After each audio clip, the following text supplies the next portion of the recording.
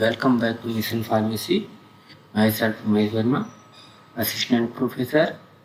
आज मैं डिस्कस करने वाला हूँ general mechanism of drug action. अब ये क्या होता है general mechanism of drug action? Drug action क्या होते हैं? तो सबसे पहले हम एक क्वेश्चन पूछना चाहते हैं, उससे हम समझ पाएंगे कि आखिर हम आज पढ़ने क्या वाले। तो क्वेश्चन ये है, जैसे कि आप लोग कोई भी दवा खाते हैं, जैसे आप सिर दर्द की दवा खाते हैं, तो उस ड्रग को कैसे पता चलता है कि जो भी हमारा सर दर्द हो रहा है या फिर कहीं भी पेन हो रहा है वो वहीं पे हो रहा है जहाँ पे वो ड्रग एक्शन कर रहा है। ड्रग को कैसे पता चलता है कि हमारा जो दर्द है वो सिर में है या फिर पैर में है? ये चीज उस ड्रग मॉलिक्यूल को कैसे पता चलता है?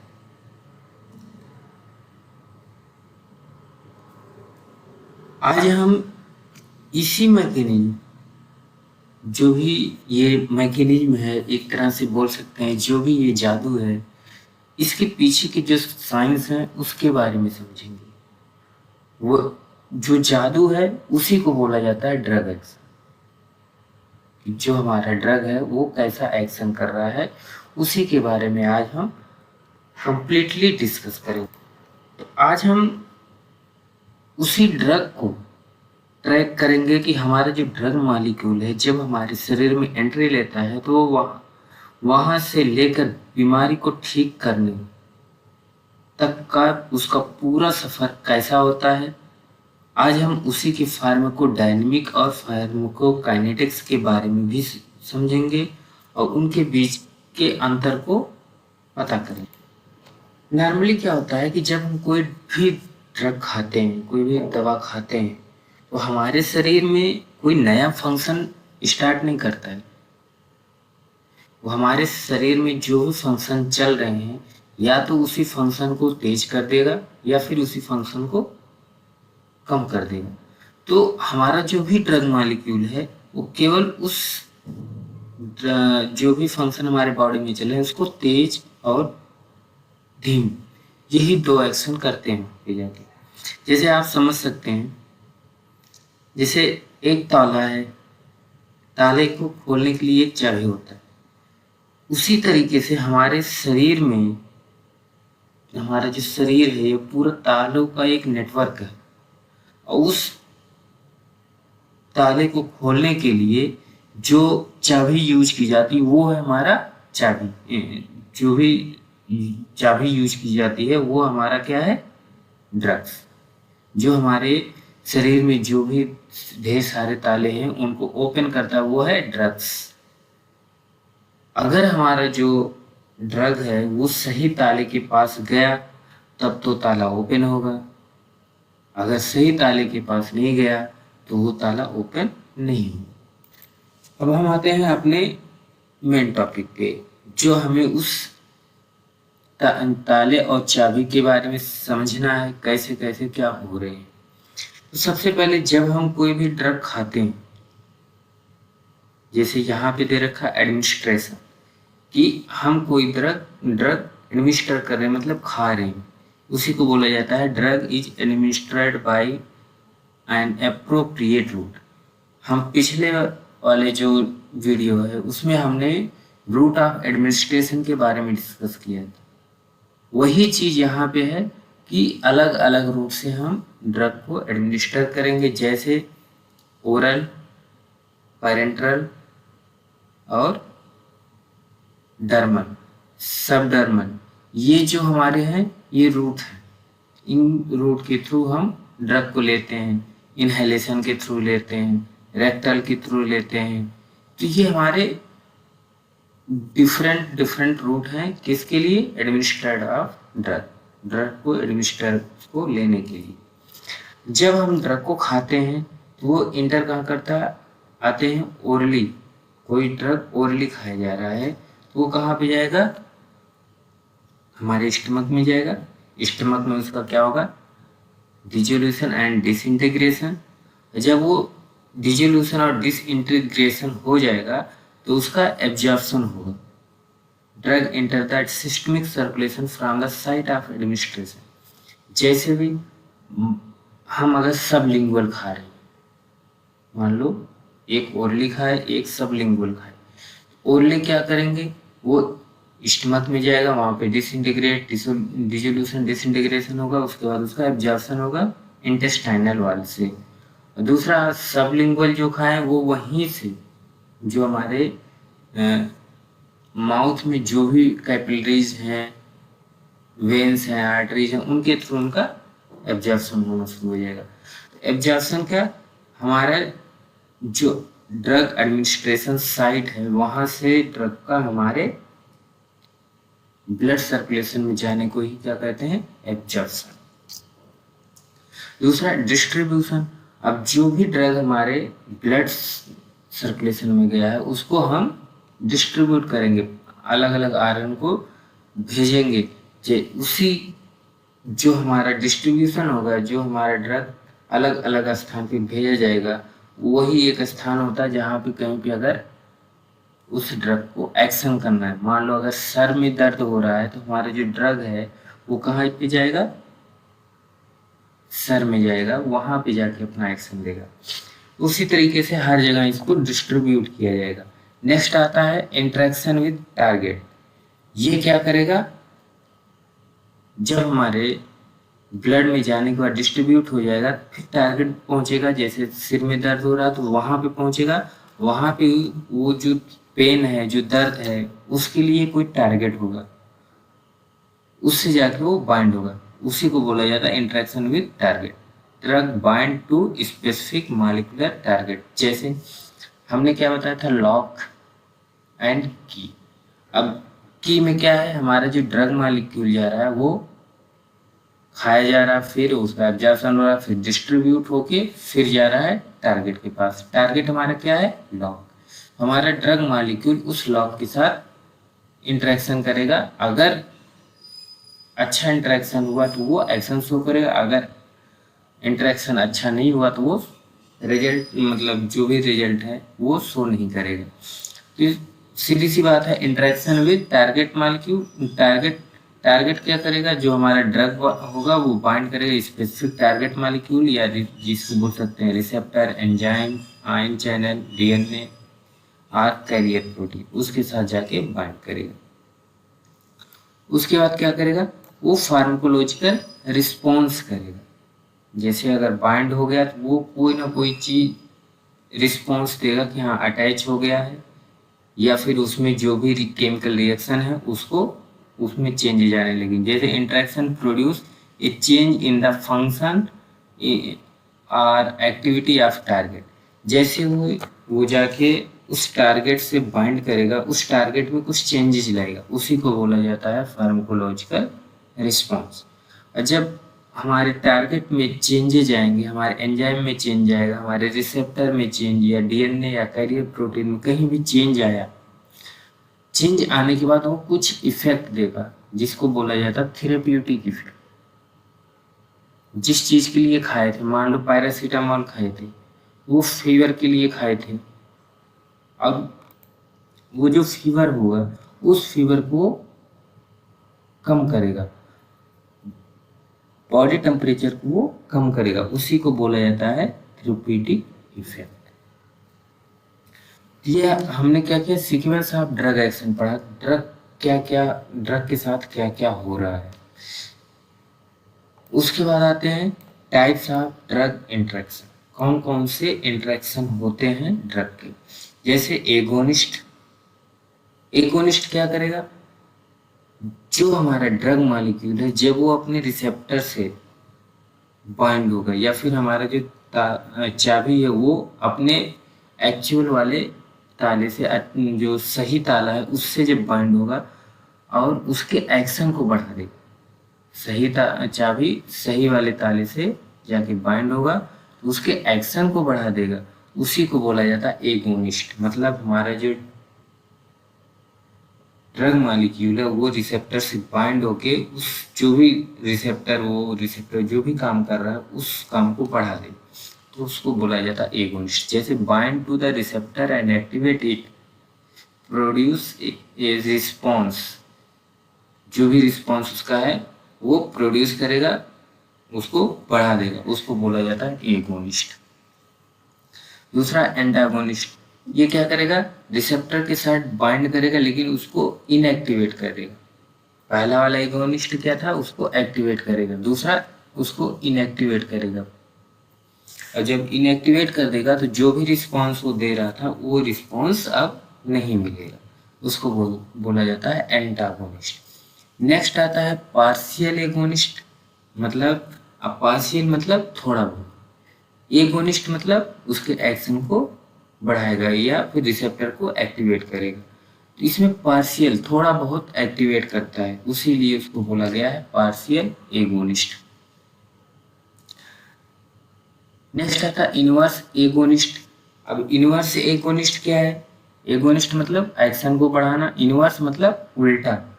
अगर वो किसी भी फंक्शन को, मान लो पेन कम कर रहा था, हमने पैरासीटामोल डाइक्लोफिनेक खाया, वो डाइक्लोफिनेक किस लिए यूज हुआ, पेन किलर के रूप में। लेकिन एगोनिस्ट में क्या किया, जो पेन में रिलीफ करना था उसके एक्शन को बढ़ा दी। एंटागोनिस्ट में क्या किया, कोई एक्शन नहीं शो किया, हमारा जहाँ पे डाइक्लोफिनेक बाइंड हो रहा था कोई भी एक्शन शो नहीं कर रहा था। पार्शियल में थोड़ा बहुत शो कर रहा था। लेकिन इनवर्स एगोनिस्ट में क्या करेगा, अब ये पेन को खत्म नहीं करेगा, ये पेन को और बढ़ा देगा, इसी को बोला जाता है इनवर्स एगोनिस्ट। इसका काम एक्चुअल में होना क्या चाहिए था, पेन रिलीव करने का, लेकिन ये क्या करता है, पेन को बढ़ा देता है, इसीलिए इसको बोला गया है इनवर्स एगोनिस्ट। नेक्स्ट है एंजाइम मॉड्यूलेशन, मतलब एंजाइम में चेंजेस करेगा, कोई भी एंजाइम है उससे जाके बाइंड होके उस एंजाइम में चेंजेस करेगा, उसको बोला जाता है एंजाइम मॉड्यूलेशन। ड्रग में inhibit or activate enzymes altering the rate of biochemical reaction। Enzyme क्या करते हैं, केमिकल रिएक्शन में इन्वॉल्व होते हैं, लेकिन ये क्या करेगा, जाके उसके साथ बाइंड करेगा उस एंजाइम के साथ, या तो उस एंजाइम के फंक्शन को बढ़ाएगा या फिर उस एंजाइम के फंक्शन को कम कर देगा।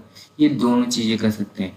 अगर वो इनहिबिटर हुआ तो उस एंजाइम के एक्शन को कम कर देगा, अगर एक्टिवेटर हुआ तो इस एंजाइम के फंक्शन को बढ़ा देगा, इसी को बोला जाता है एंजाइम मॉड्यूलेशन। नेक्स्ट आता है आयन चैनल मॉड्यूलेशन। अब जो भी आयन चैनल है, हमारा जो एब्जॉर्प्शन होता है वो भी आयन चैनल के थ्रू होता है, या फिर कोई भी रिस्पॉन्स है, कोई भी सेंसेशन है जो ब्रेन तक पहुंचता है वो भी आयन चैनल के थ्रू ही होता है। हमारा जो HCl वगैरह बनते हैं वो आयन चैनल के थ्रू ही बनते हैं स्टमक में। तो ये सारी चीज़ें हैं। अब ये जो आयन चैनल है जिसके थ्रू आयन मूव करता है उसमें मॉड्यूलेशन कर रहा है, उसमें चेंजेस कर रहा है, या तो उसको ओपन करा देगा या उसको क्लोज करा देगा। जैसे हम एसिडिटी के लिए खाते हैं, खाली पेट खाते हैं ना, ओमेप्राजोल, रेपेप्राजोल, पेंटापेराजोल, तो ये जो खाते हैं ये क्या करता है, HCl के सिक्रीशन को कम करते हैं। HCl में मेनली क्या करते हैं, हाइड्रोजन आयन के सिक्रीशन को कम करते हैं, ये जाके प्रोटॉन पंप को इनहिबिट कर देंगे जिससे प्रोटॉन निकलेगा नहीं, उसी को बोला जाता है आयन चैनल मॉड्यूलेशन। वो या तो एक्टिवेट कर देंगे या उस चैनल को ओपन कर देंगे या कि क्लोज कर देंगे। तो ये हमारे हो गए types of drug target interaction. ये सारे इंटरेक्शन हमारे ड्रग टारगेट के साथ होंगे, ये ऐसे ही इंटरेक्शन करेंगे, ये इंटरेक्शन करके वो रिस्पॉन्स देते हैं। नेक्स्ट आता है mechanism by which drug produce their effect. अब इसमें क्या है कि मैकेनिज्म क्या है जिसके थ्रू वो हमारा जो रिसेप्टर वो अपना थेरेप्यूटिक इफेक्ट शो कर रहा है। जैसे रिसेप्टर मीडिएटेड, कोई रिसेप्टर है तो हमारा ड्रग उस रिसेप्टर से बाइंड होगा। जैसे यहाँ पे देखिए एक रिसेप्टर है, एक रिसेप्टर शो हो रहा है और हमारा ड्रग मॉलिक्यूल यहाँ पे जाके रिसेप्टर पे बाइंड करेगा और जो भी सिग्नल है वो आगे भेजेगा। अब ये रिसेप्टर जो है ये ड्रग इस रिसेप्टर को ब्लॉक भी कर सकता है, इसको एक्टिवेट भी कर सकता है, दोनों चीज़ें होंगी। और ये दोनों चीज़ें होने की वजह से ही हमारा जो भी थेरेपेटिक इफेक्ट है वो शो होगा। अब ये रिसेप्टर कहाँ, जो ड्रग बाइंड होगा रिसेप्टर पे, कहाँ हो सकता है? सेल सरफेस पे हो सकता है, या तो सेल के सरफेस पे होगा या फिर इंट्रासेलुलर होगा, सेल के अंदर होगा।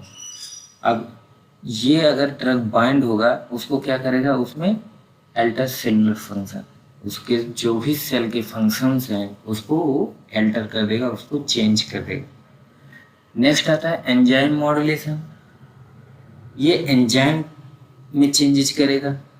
जैसे अभी ऊपर बता के आया था कि जब हमारा ड्रग मॉलिक्यूल उस एंजाइम से बाइंड हो रहा था, अगर वो इनहिबिटर है तो उस एंजाइम के एक्शन को कम कर देता था, अगर वो इनहिबिटर नहीं एक्टिवेटर है तो उस एंजाइम के फंक्शन को एक्टिवेट कर देगा। वही चीज यहाँ पे है, drug inhibit or activates enzymes changing the rate of biochemical reactions. ये क्या करता है, अगर इनहिबिटर है तो ये जाके यहाँ पे बाइंड होगा इस एंजाइम पर बाइंड होके जो भी ये यहाँ पे सबस्ट्रेट फिर आके बाइंड होगा, उसके सबस्ट्रेट बाइंडिंग को बढ़ा देता है। जितने ज़्यादा सबस्ट्रेट बाइंड होगा उतने ज़्यादा वो प्रोडक्ट बनाएगा। अगर ये इनहिबिटर हुआ तो वो सबस्ट्रेट बाइंडिंग को कम कर देगा और प्रोडक्ट कम बनेगा। ये इस तरह से एंजाइम को मॉड्यूलेट करते हैं। नेक्स्ट आता है आयन चैनल मॉड्यूलेशन। जो भी आयन चैनल है या तो उसको ओपन करेंगे या तो उसको क्लोज कर देंगे। अगर क्लोज किए तो उसके बाद जो भी एक्शन है वो बंद हो जाएगा, ओपन किए तो उसकी जो भी एक्शन है वो एक्टिवेट हो जाएगा। इस तरीके से आयन चैनल को मॉड्यूलेट करके उस सेल की एक्टिविटी को चेंज कर देते हैं।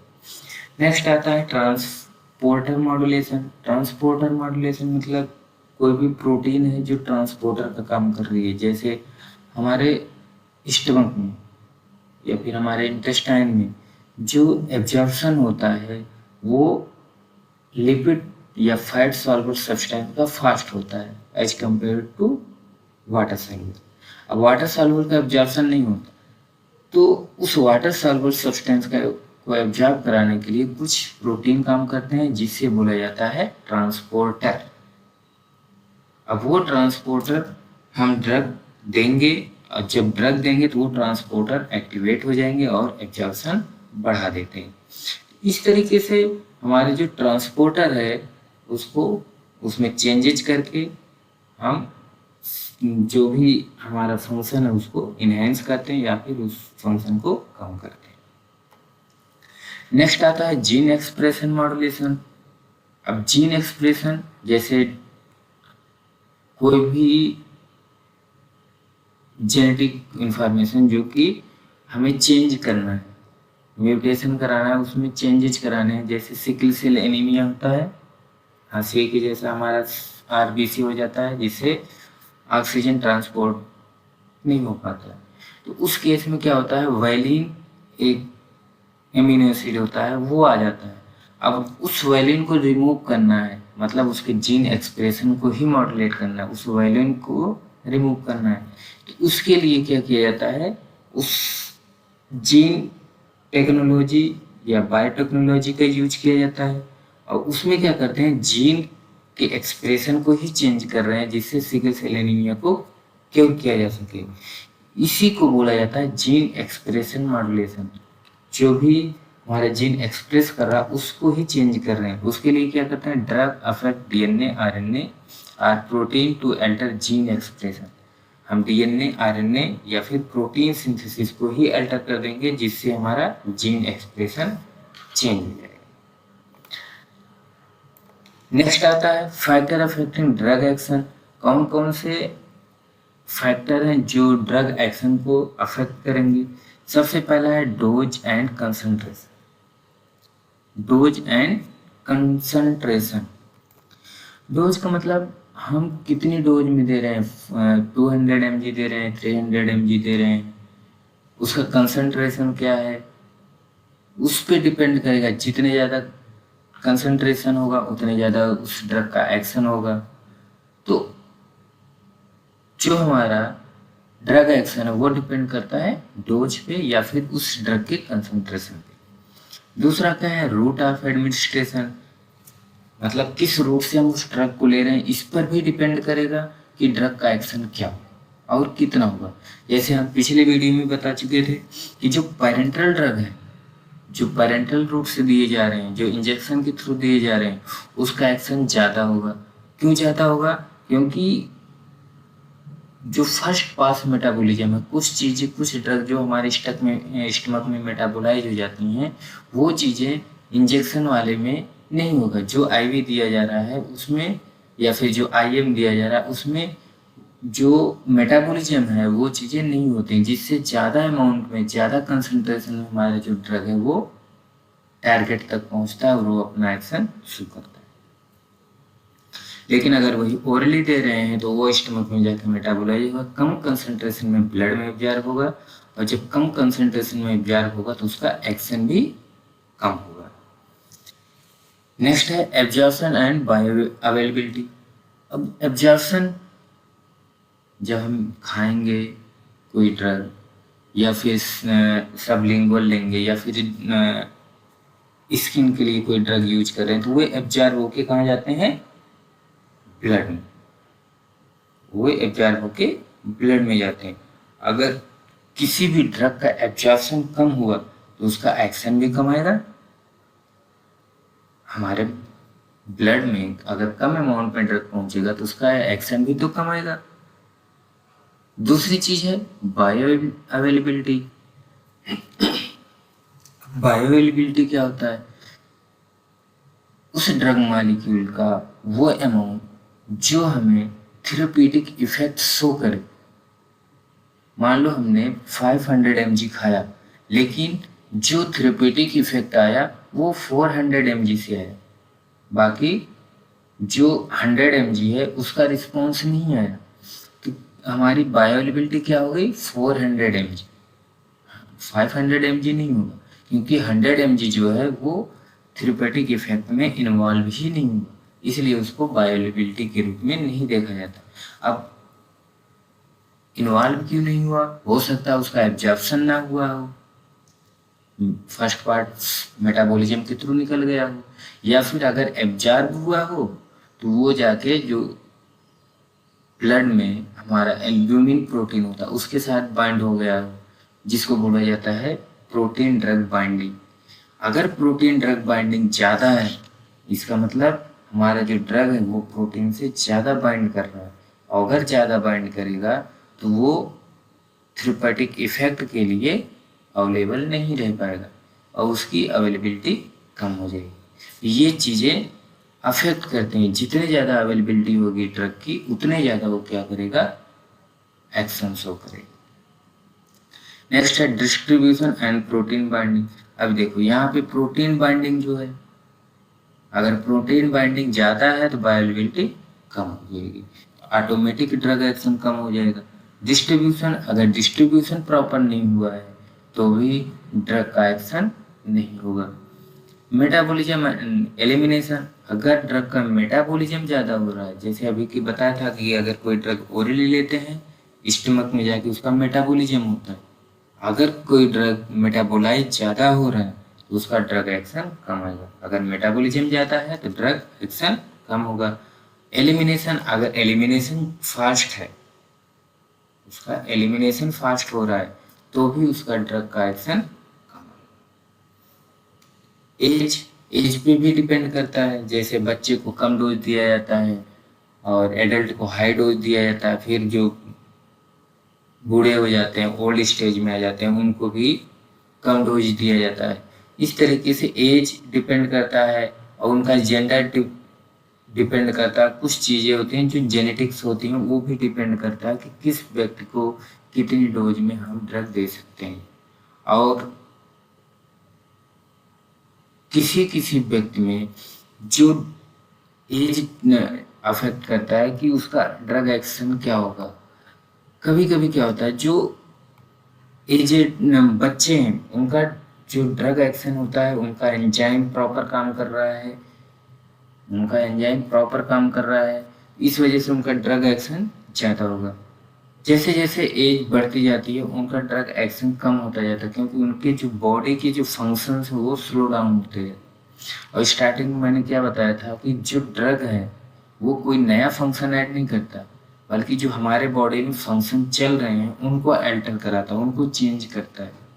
तो अगर एज बढ़ती जा रही है और उनका जो फंक्शंस और स्लो डाउन होते जा रहे हैं, तो उसमें हमारा जो ड्रग का एक्शन होगा वो भी अफेक्ट हो जाएगा, वो एक्शन को कितना बढ़ा पाएगा। इसीलिए हमारा जो ड्रग एक्शन होगा वो अफेक्ट करेगा एज पे।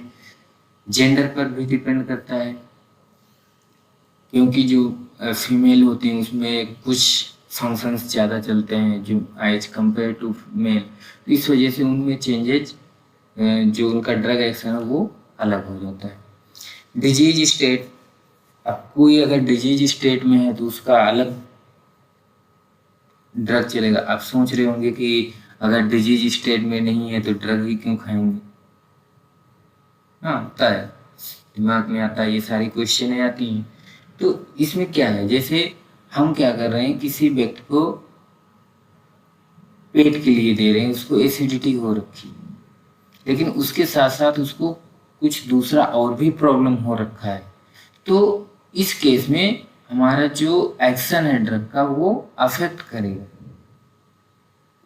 ट्रीटमेंट में एसिडिटी को अफेक्ट करेगा, या फिर उसका जो दूसरा प्रॉब्लम हो रखा है उस प्रॉब्लम को भी अफेक्ट करेगा। तो हमारा जो ड्रग एक्शन है वो प्रॉपर नहीं हो पाएगा।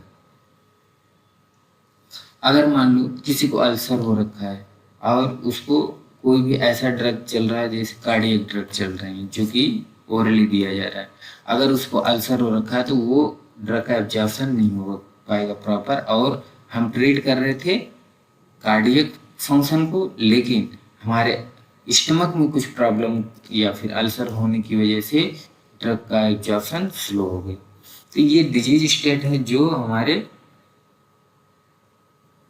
ड्रग एक्शन को अफेक्ट करता है।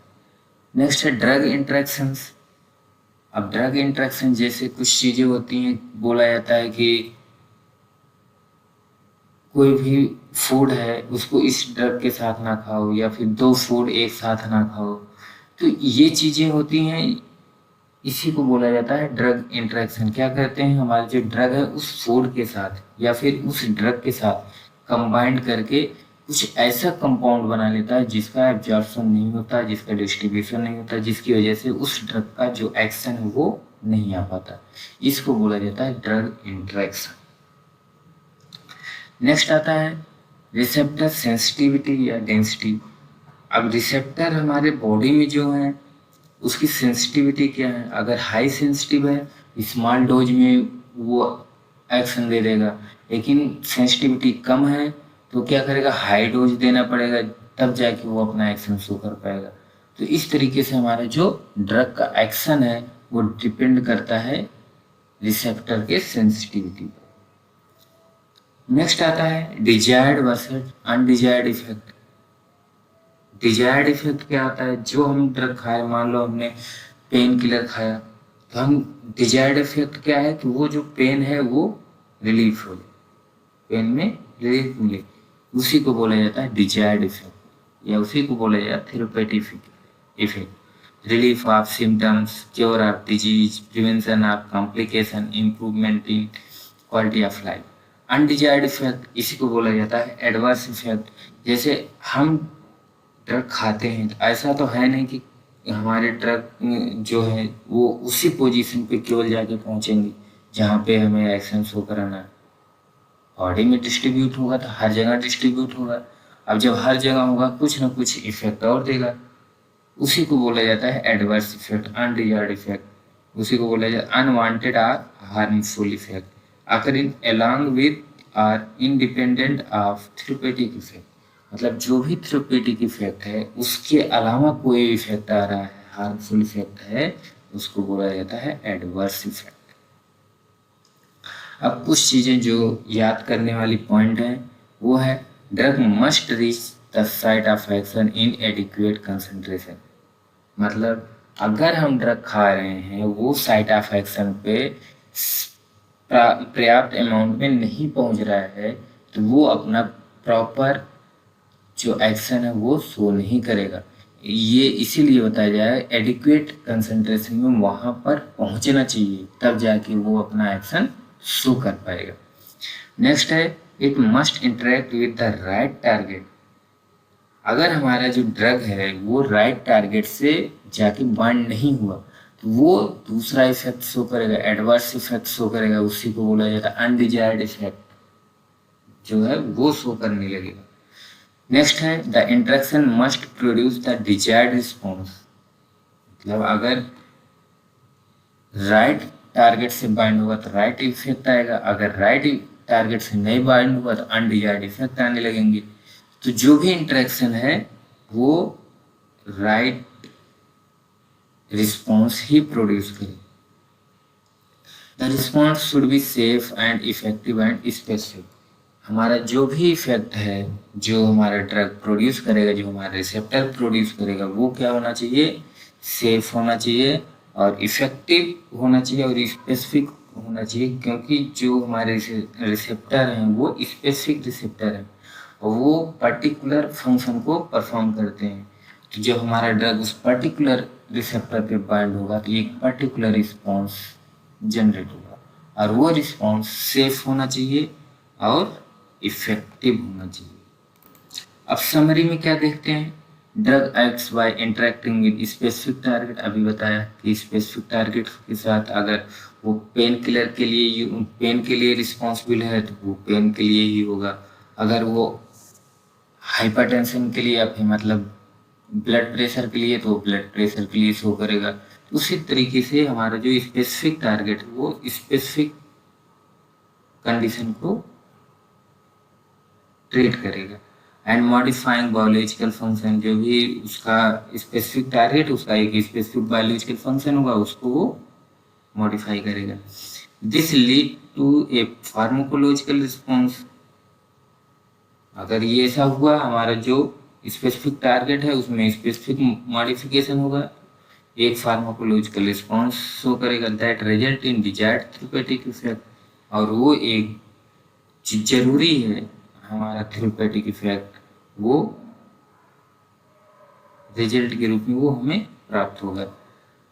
एक clear understanding of these mechanism help in the rational drug use and development. मतलब जो भी हमने मैकेनिज्म पढ़ा इसके आधार पे हम ड्रग डेवलपमेंट, डिस्कवरी, ये सारी चीज़ें, drug discovery, drug develop, design, ये सारी चीज़ें हम इसके थ्रू हम कर सकते हैं। तो स्टूडेंट आज के लेक्चर की सबसे की